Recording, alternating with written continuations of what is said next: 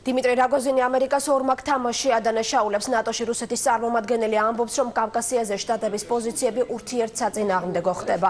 მართალია ობამამ და ჰილარი კლინტონმა კონფრონტაცია მეტნაკლებად გაანეიტრალეს, თუმცა ამერიკის თავდაცვის უწყების მეორე პირმა კვლავ საქართველოს წამახალისებელი განცხადება გააკეთა.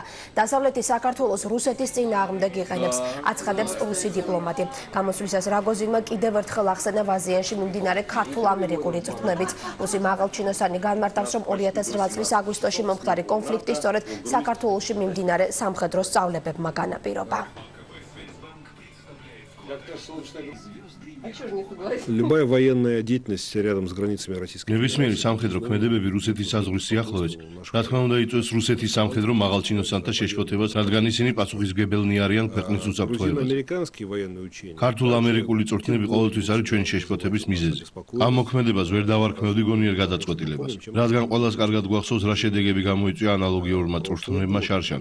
ფაქტობრივად ამან განაპირობა აგვისტოს კონფლიქტი. მე ვფიქრობ, რუსეთსა და ნატოს შორის ხელშეკრულება უნდა გაფორმდეს. ეს თავიდან აგვაცილებს სამხედრო კონფრონტაციას რუსეთსა და ნატოს სასაზღვრო არეალში. Как можно быстрее.